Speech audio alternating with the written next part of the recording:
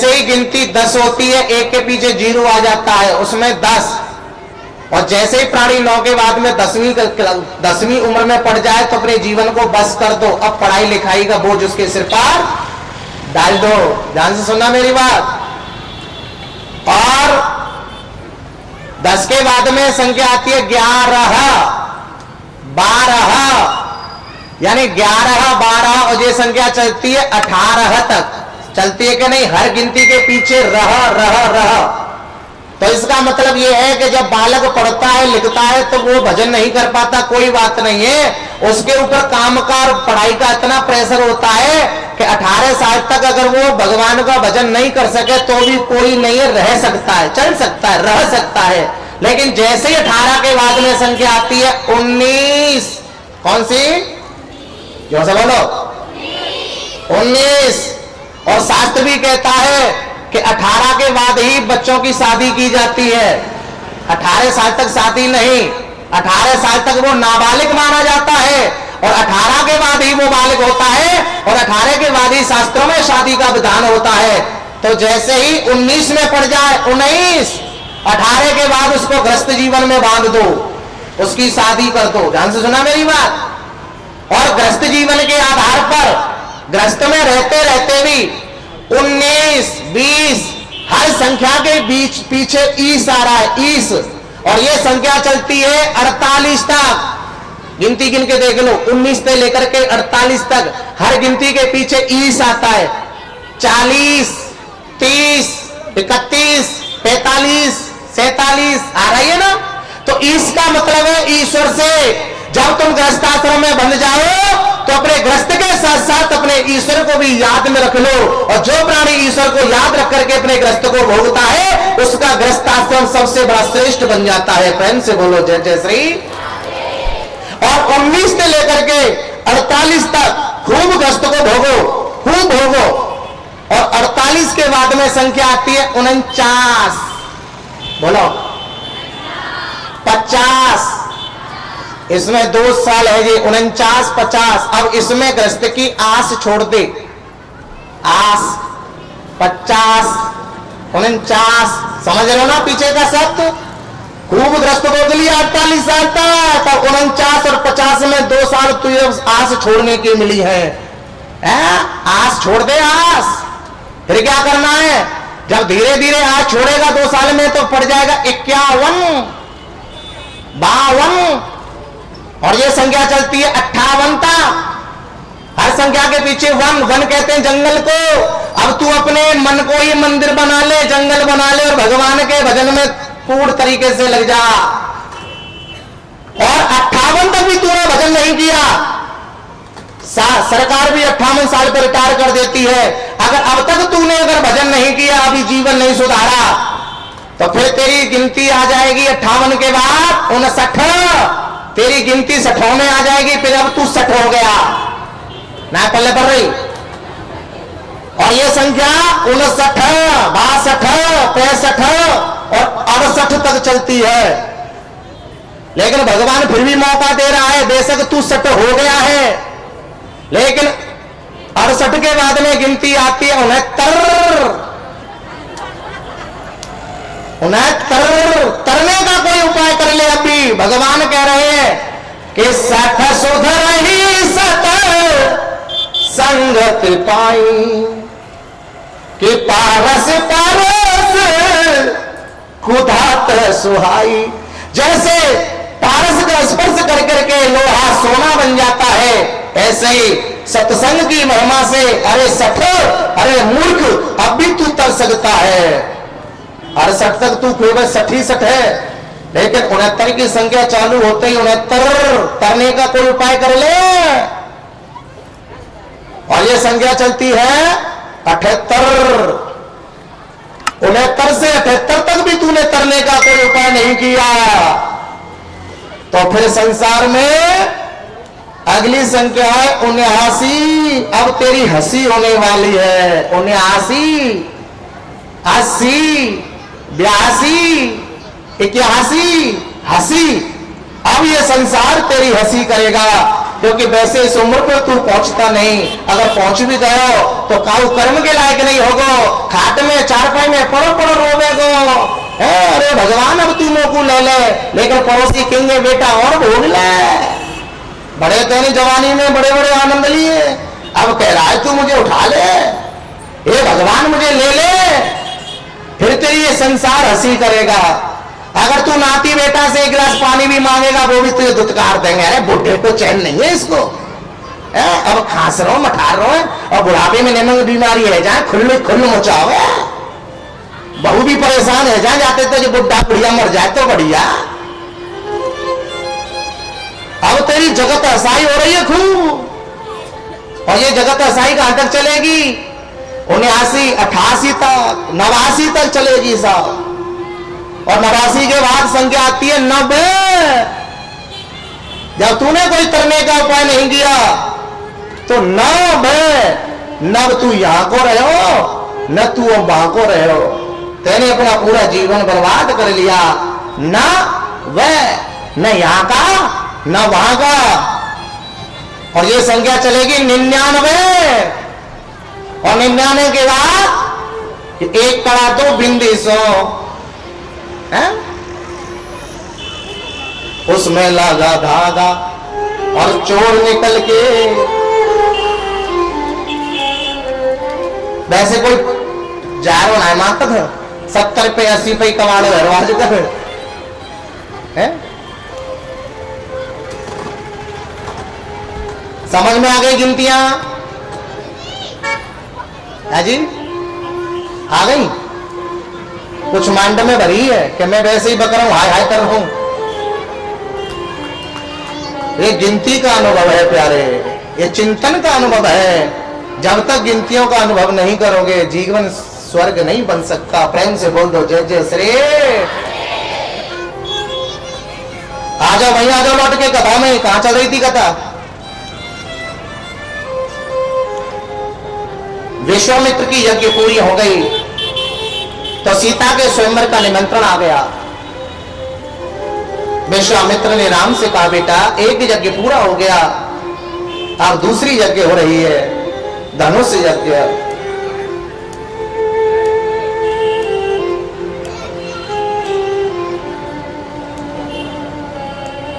और जैसे ही धनुष के बारे में सुना, यज्ञ के बारे में सुना, राम लखन चल दिए विश्वामित्र के साथ।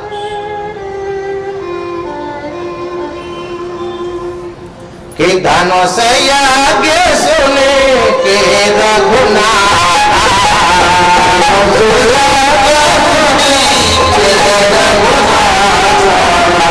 धनुष यज्ञ सुने के रघुनाथ,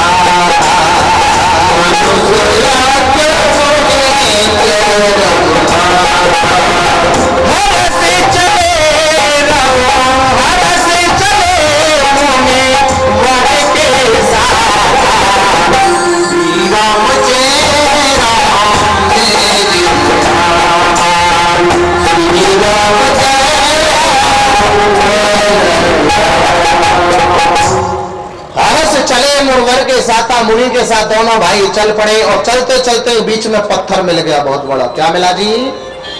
पत्थर। विश्वामित्र ने कहा बेटा राम इस पत्थर से अपना पैर टच करो। बोले क्यों? कौन है गुरुजी ये पत्थर? बोले कि गौतम नारी श्राप बस ओ कल देह धरि धीर, और चरण रवि चाहती और कृपा करो रघुवीर। हे रघुवीर कृपा कर दो। गौतम की नारी अहल्या पत्थर बन गई। गौतम इसी के श्राप से आज भगवान ने अपने चरणों की रजधूलि से उस पत्थर को उतार दिया। और अहल्या भगवान श्री राम का जय जयकार करती करती अपने धाम को चली गई। प्रेम से बोलो जय जय श्री। जनकपुर में पहुंच गए,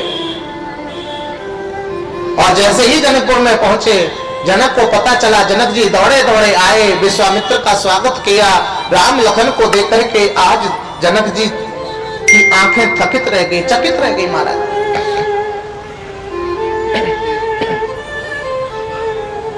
पूछा गुरुजी कौन है ये बच्चे? विश्वामित्र ने कहा तुम ही पहचान लो कौन है। आज जनक जी पहचाने गए ये कोई साधारण बालक नहीं है,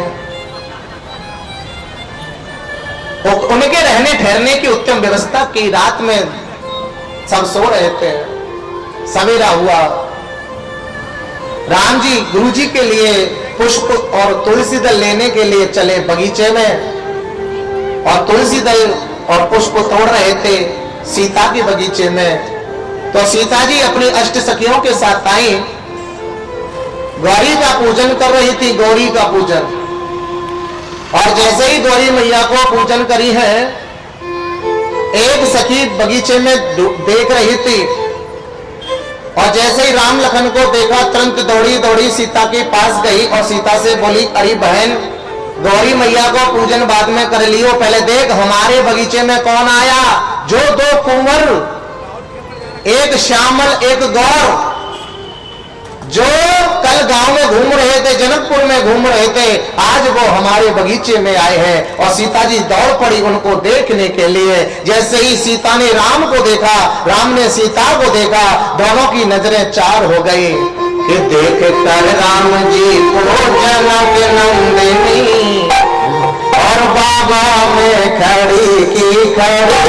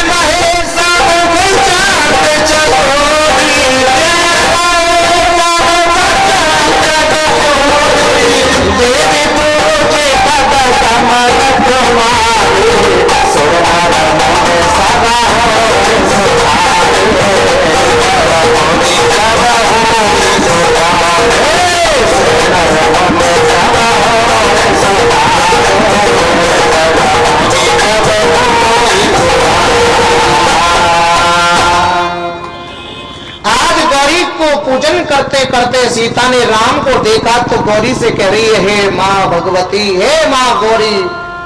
गौरी नाम क्यों पड़ा? पार्वती का गौरी नाम क्यों पड़ा? और जितने भी स्वरूप है माता रानी के, चाहे काली हो, चाहे भद्रकाली हो, चाहे कालिका हो, चाहे जगदम्बा, वो सब पार्वती के ही रूप है प्यारे। 9 रूप है माँ पार्वती के हैं। देवी भागवत में आपने सुना होगा, शैलपुत्री, चंद्रघंटा है, कुष्मांडा, कालरात्रि, कात्यायनी, 9 रूप माता पार्वती के ही है।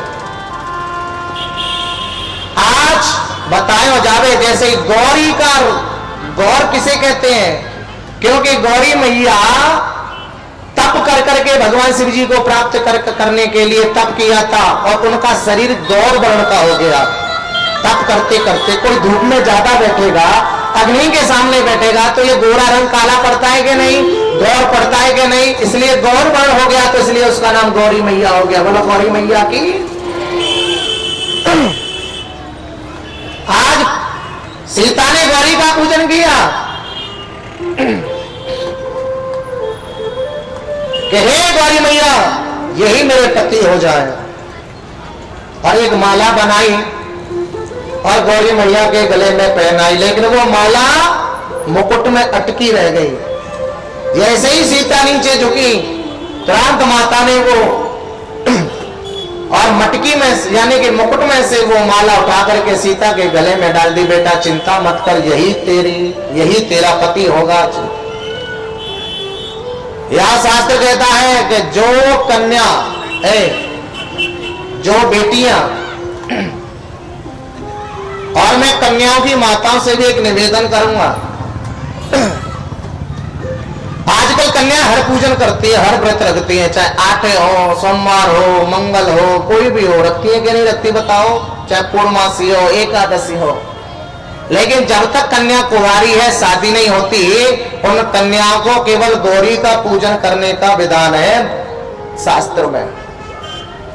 और जो कन्या शादी से पहले अगर गौरी का पूजन करती है, क्योंकि सीता ने गौरी का पूजन किया तो राम मिले, रुक्मिणी ने गौरी का पूजन किया तो कृष्ण मिले। जो कन्या शादी से पहले गौरी का पूजन और व्रत रखती है, उसको राम जैसा, कृष्ण जैसा पति मिलता है। याद रखना प्यारे, कैसा पति मिलता है? राम जैसा। आज अगर रखता कौन है, विश्वास कौन करता है? सीता ने किया, रुक्मिणी ने किया, रामकृष्ण मिल गए। और तुम भी अपनी बेटियों को जो है गौरी का पूजन करवाओगी, व्रत रखवाओगी गौरी मैया का, तो उन्हें भी राम जैसा, कृष्ण जैसा वर मिलेगा, पति मिलेगा, है जो कभी भी महाराज लड़ाई झगड़ा नहीं करेगा। और नहीं तो रोज लड़ाई होगी और रोज तलाक वलाक होंगे भैया। है प्रेम से बोल दो जय जय श्री। तो गौरी का पूजन, कुंवारी कन्याओं के लिए गौरी का पूजन बताया है शास्त्र में। अगर मंत्र याद हो तो मंत्र से कर लो। अंबे अंबिके अंबालिके नमामि यदि कश्चन है, ओम हेमांद्र तनयाम वरदाम। मंत्र याद न हो तो लिखवा सकते हो, लेकिन जो शास्त्र में विधान है वो करिए। अब तो जो है सीता, इधर राम जी अपने गुरु जी के पास आए, गुरु से पूरा हाल चाल सुनाया। आज गुरु जी ने कहा बेटा मैंने इसलिए तो तुझे बगीचे में भेजा कि जाकर के तू सीता को देख ले। पहले कन्याएं शर्माती थी माताओं। पहले कन्या की अगर शादी की बात चलती, घर में माँ बाप शादी की बात करते, तो कन्या दूर भाग जाती, दूसरे कमरे में चली जाती, छिप जाती थी, शर्माती थी बेचारी। और आजकल अगर बात होती है तो सिर पे खड़ी हो जाए, मेरी अगर बात कर, तो अरे वो शर्म नहीं रही, लेकिन पहले शर्म थी। सीता शर्माती थी। शास्त्र की एक एक बात हमारे जीवन को आनंद करने वाली है प्यारे। यही शास्त्र का सबसे बड़ा सिद्धांत होता है। प्रेम से बोलना पड़ेगा जय जय श्री। स्वयंवर रखा गया, सबरे बड़े बड़े राक्षस, बड़े बड़े पहलवान राजा आने लगे। जनक ने अनाउंसमेंट किया जो उस धनुष को तोड़ेगा वही सीता उसके गले में वरमाला डालेगी। बोले शाहजहां। बड़े बड़े पहलवानों ने धनुष उठाया, लेकिन धनुष उठा नहीं। जब कोई भी धनुष नहीं उठा सका तो जनक ने कहा लगता है ये धरती वीरों से भीन हो गई। जब जैसे ही कहा तो लक्ष्मण जी बोल पड़े, अरे महाराज जनक, जहां क्षत्रिय बैठे हो, रघुवंशी बैठे हो, वहां ऐसी बातें शोभा मत नहीं देती। अरे तुम इस धनुष की बात करते हो? अगर भैया राम की आज्ञा हो जाए तो इस पृथ्वी को बतासे की तरह फोड़ के फेंक दूं मैं। राम जी ने लक्ष्मण से कहा बेटा कंट्रोल, शांत हो जा, शांत हो जा। बोले क्यों? अरे नालायक, ससुराल है मारी है, तू अभी तक गड़बड़ कर रहा है, अभी तक क्रोध दिखा रहा है। लक्ष्मण शांत हो गए। भगवान श्री राम उठे, गुरुजी की आज्ञा पाकर के जैसे धनुष के पास पहुंचे, धनुष को प्रणाम किया, शिव जी को प्रणाम किया, जनक को प्रणाम किया, सबको प्रणाम किया। और गौरी मैया से सीता कह रही है माँ यही धनुष उठाए दे में। और गौरी मैया ने भगवान शंकर से कहा है प्रभु जी सुनो, कुछ ऐसा करो कि भगवान को ताकत नहीं लगाने पर धनुष अपने आप उठ जाए। और भगवान शंकर ने 300 गण सूक्ष्म रूप से धनुष के ऊपर बैठा दिए। मेरे भगवान हाथ लगाए तुरंत धनुष उठ जावे, मेहनत नहीं करनी पड़े मेरे प्रभु को।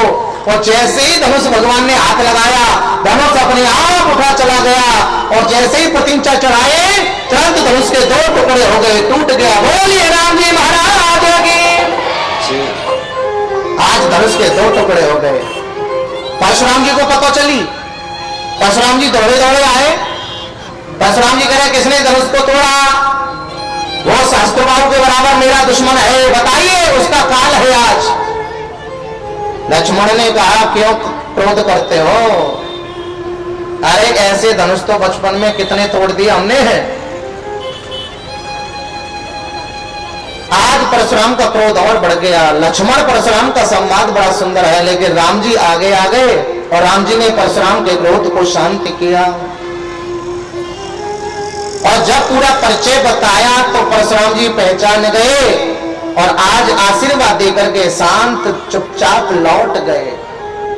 अब सीता जी जयमाला लेकर के आ रही हैं, जयमाला लेकर के आ रही हैं, सखियां भी आ रही हैं साथ में। और जैसे ही आ रही हैं महाराज राम जी के पास आके खड़ी हो गई। अब राम जी तो लंबे हैं और सीता जी छोटी हैं, अब माला को माला कैसे डालें? सीता जी अपनी मर्यादा में, राम जी अपनी मर्यादा में। राम जी कहते हम झुकेंगे नहीं क्योंकि हम क्षत्रिय रघुवंशी हैं, स्त्रियों के सामने झुकना अपराध होता है। और सीता जी कह रही जब तक तुम झुकोगे नहीं हम माला डालेंगे नहीं। दोनों अपनी अपनी प्रतिज्ञा पे डटे हैं महाराज। आजकल कोई डरता अपनी प्रतिज्ञा पे? अगर राम सीता की जगह पर आजकल किसी की शादी होती, वो तो डटे अपनी प्रतिज्ञा पे, इंतजार करते हैं। सीता जी भी इंतजार करिए तो झुकेंगे जब भी माला पड़ेगी। अगर आजकल कोई लड़का नहीं झुके तो लड़की इतनी देर इंतजार करेगी? छोड़े के बाद जाएगी, करेगी जो तो माला ना डरवानी तो खाएगी हुआ हमने जा रही है लौट के। और आजकल लड़कों में भी इतना संतोष नहीं कि राम जी की तरफ डट जाएंगे, भाई हम नहीं झुकेंगे। क्या तो जैसे तैसे चुगलन पे थे, जैसे तैसे भांजी मारे पे थे, ब्याह हेरो भाई थे, अब रहेगा तो आएंगे स्टेज पे तुरंत नीचे गर्दन कर देंगे, ले डार जल्दी। और आजकल एक चीटिंग होती है शादियों में। अगर लड़की चाहे कितनी भी छोटी होगी ना, लड़का कितना भी ऊंचा होगा, दूल्हा कितना भी बड़ा होगा, लेकिन फिर भी उसकी सहेलियां उसके पक्ष के कन्या पक्ष वाले उठाएंगे, उसको उठवा के डलवा देंगे, ले भाई डाल दे जल्दी डाल दे। लेकिन राम जी ने और सीता ने कोई चीटिंग नहीं करी, याद रखिए। और आजकल अगर कन्या कितनी भी छोटी है, दुल्हन कितनी भी छोटी है, लेकिन एक हाथ ऊंचे हिल के सैंडल पहना देते हैं, उसको ऊंचा कर देते हैं और उसको पकड़ करके क्यों चलते हैं? क्योंकि सैंडल है ना, क्या पता रपट गया तो बत्ती से निकल के बाहर आ जाए टूट, तो इसलिए चार छह उसको पकड़ के चलती हैं धीरे धीरे। कोई लहंगा को पकड़ेगी, कोई इसको पकड़ेगी, कोई इसको, फिर धीरे धीरे चलती है, ले चल पहुंचा दिया तेरी मंजिल पर तुझे। और सीता नहीं झुक रही है। राम जी की कुछ शर्तें थी। राम जी की शर्तें ये थी, राम जी कहते मेरे माता पिता के बिना शादी कैसी? तो जनक ने निमंत्रण भेज दिया अयोध्या में और दशरथ जी बारात लेकर के आ गए। राम जी ने कहा कि आज मेरी शादी तो हो रही है, लेकिन मेरे 3 भाई हैं, अपने भाइयों के बारे में सोच रहे हैं। तो जनक जी के भाई थे कुशाध्वज, उनकी 3 बेटियां थी, उर्मिला है, मांडवी, सुतकीर्ति। बोले चिंता मत करो, तुम्हारे भाइयों की भी शादी हो जाएगी। अब तो डरवा लो माला। अच्छा आजकल कोई भाई भाई के लिए मरता है क्या? भाई जा भाड़ में, पहले मेरा काम बन जाए। लेकिन वो राम जी थे जो अपने बारे में नहीं सोचते, अपने भाइयों के बारे में पहले सोचते थे साहब। और सीता जी कह रही है झुकना है, तो सीता जी ने लक्ष्मण की तरफ देखा, छोटे भाई साहब अचूक करो, तुम्हारे भाई तो झुक भी नहीं रहे। अब लक्ष्मण जी समझ गए, लक्ष्मण जी आए और भैया के पामन में गिर गए, साष्टांग दंडवत प्रणाम किया। राम जी बोले पागल हो रहा है, मेरी जयमाला पढ़ रही है, तू मेरे पामन में पड़ो है। अब जो साष्टांग दंडवत करता है उसका नियम होता है कि सामने वाला उसको नीचे झुक करके हाथों को पकड़ के उठाता है। और जैसे ही राम जी नीचे झुक करके हाथों को पकड़ करके उठा रहे थे, तुरंत सीता ने जयमाला राम जी के गले में डाल दी। बोलो सियावर रामचंद्र की। आज जयमाला डरी भामर पड़ी महाराज। आज आनंद का अनुभव हुआ है। बोलो कृष्ण भगवान की। सिया रघुवर जी